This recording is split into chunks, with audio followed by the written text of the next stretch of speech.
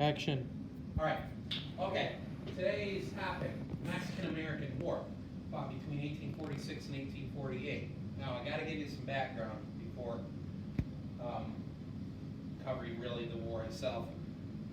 Cause and effect, actually, of the war is what we're going to focus on. So I'm gonna, and I know, even if you were here, you wouldn't be able to see everything on the map I'm going to point out, but you keep in mind the idea of manifest destiny from my last lecture, that it's our God-given right to extend all the way to the Pacific Ocean. Well, we see an opportunity here. Mexico, which is right here,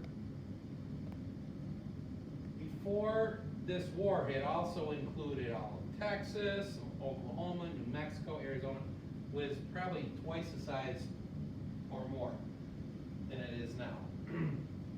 Well, Mexico, was a colony of Spain until 1821, when they gained their independence. So they have all this territory here now. They've gained independence from Spain, but there's not really many people, especially in this area here, the area that now is Texas. So they kind of open the gates. They welcome settlers from America to come in, encourage them to.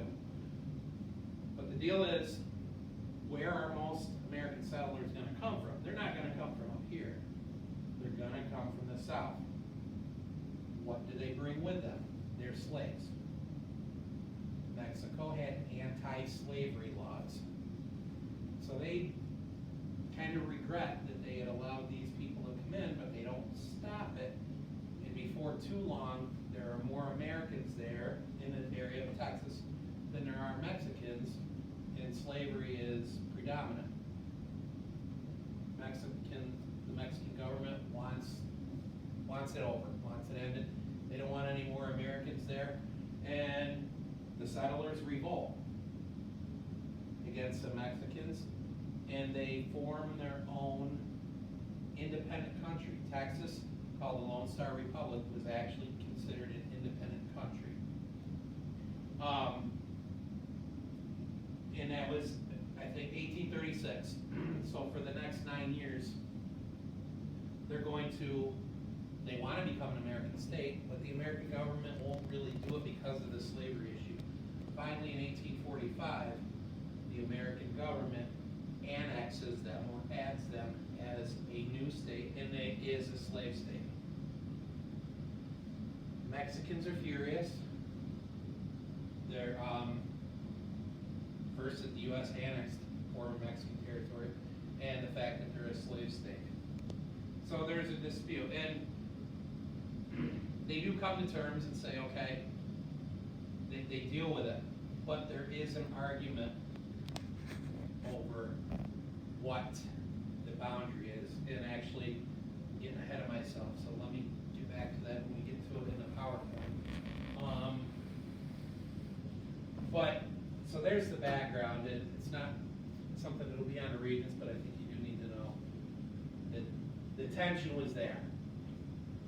So causes of the Mexican-American War. Texas gained independence from Mexico, and they're annexed by the U.S. in 1845, which angered Mexico. Now let me kind of change topic here just to reiterate something from the other day. Remember, Washington's foreign policy of neutrality. Are we violating that here? No, we are not. It's us against Mexico. We are not allied with anybody. The immediate cause, in addition to all these background issues with slavery and whatnot, is the boundary dispute. Okay, the boundary. We disagreed on where the boundary between the U.S. and Mexico was. The Mexican government said it was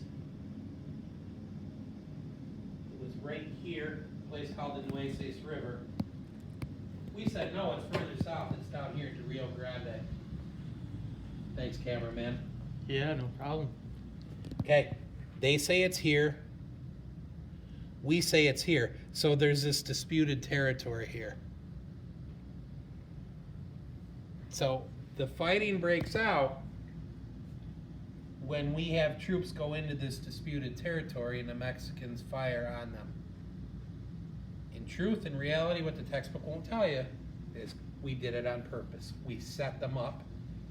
Excuse for war. We sent our troops in here knowing that they would probably start open fire. And that's what happened. Then we go to war. It was a very nasty war. Not a lot is covered about it in your textbook. But it's pretty vicious, and it's, Southerners and Northerners alike who 20 years later would be fighting against each other in the Civil War. But the war ends in 1848. U.S. wins. All this former Mexican land is now part of the U.S. They're kind of bitter about that. The hero of the war, Zachary Taylor, future president. The effects of this war, and we don't get into the battles or anything. California becomes an American territory. Territory, not a state yet. Because there's going to be a dispute whether it should be slave, whether it should be free.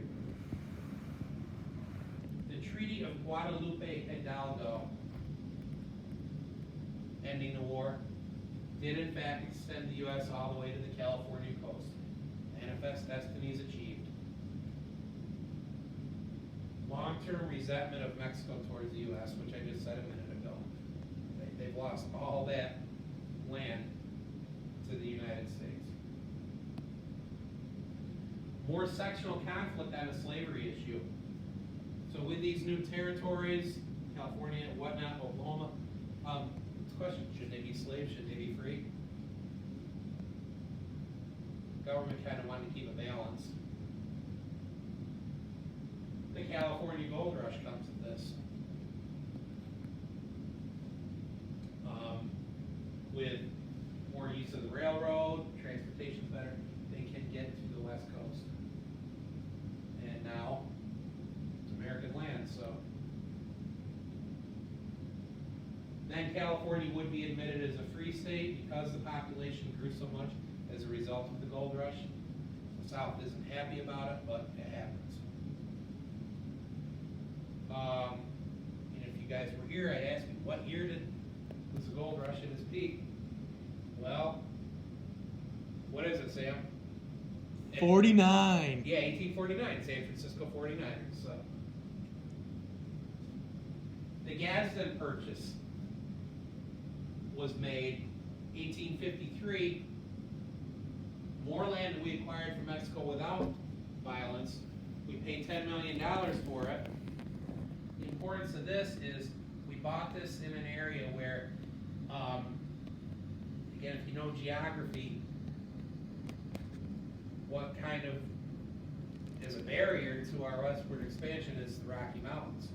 Well, this particular area, the Rockies were low enough so that we could much more easily build railroad tracks through there.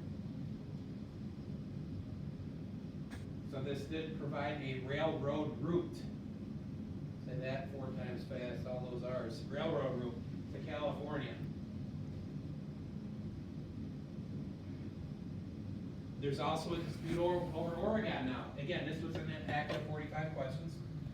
Oregon, at that point in time, was really Canadian territory.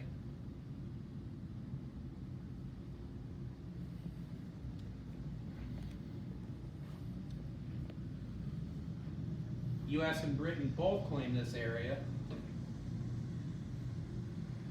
So, another dispute with Britain. Neither side wants war. We think about it, 1844 and 1846, we're going to be at war with Mexico. I think probably in 1844, we knew we were heading that way. You don't want to fight, be in 2 wars with 2 different countries. There's a compromise. Oregon is split in half. British got the northern part, the U.S. got the south. Great, led to much better relations with England.